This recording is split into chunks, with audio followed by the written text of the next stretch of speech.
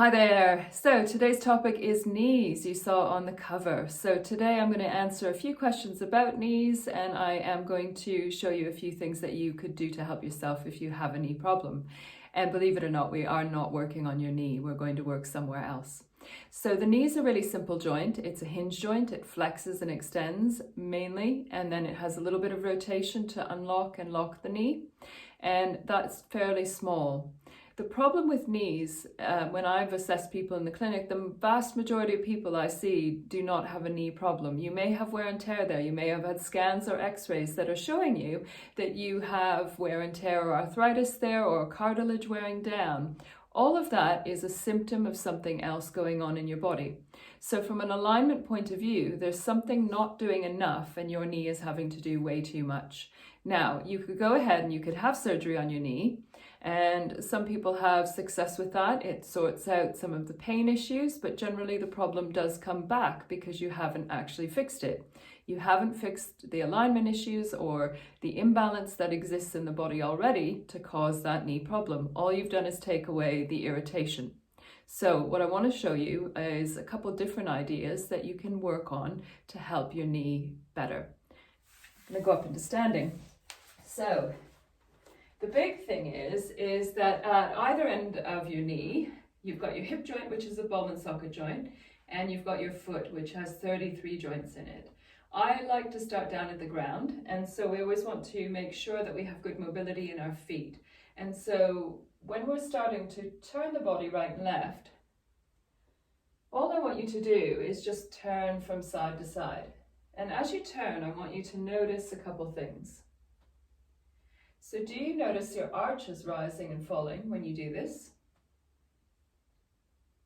And if you don't notice very much movement there, chances are you are not doing enough, but you are not alone. Probably 80–90% of the population struggle with fully dropping their arches or fully lifting them. And so if that movement isn't happening down at your feet, your knee is having to do way too much. So the other thing that we look at is in the hips, and I'm going to cover that in a separate video because I think that there are way too many things in a short period of time. And you've watched me for a bit probably, and you know that my thing is let's try and give you really simple solutions in a very short amount of time that you can put into your day. So all I want you to do here is try to get more mobility in your feet. And we're going to just rock forward into the balls of the feet and go back into your heels. And so you're just going to notice whether you grip with your toes when you go forward. We want to be able to go forward without the toes activating too much. And going back into your heels, you're going to feel tension at either end. So once you've done that a few times, I want you to find that middle ground where things feel a little softer and easier. And when you go into your rotations, start to think about the lower leg turning, because quite often we turn with our hips, but we keep our feet really planted on the ground. And so a lot of the movement is happening from the knee down. And we want to have the whole body involved in this. So when we start into that rotation, maintain those 3 points of contact on the floor. And as you start to turn your rib cage, you're turning your hips, you're turning your leg.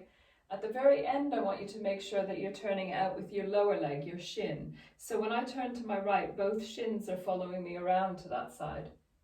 And when I turn to the left, both shins are going to follow me around to the left. And what that does is it starts to pick your arch up a little bit more efficiently. It's a good way just to wake up those joints and muscles and get them working again. And so just think about your lower leg bones following you around when you look one way and when you look the other. And once you've got them activated and you start to get more mobility in your feet, see what happens in your knee. Let me know in the comments, hit subscribe, like, and let me know what else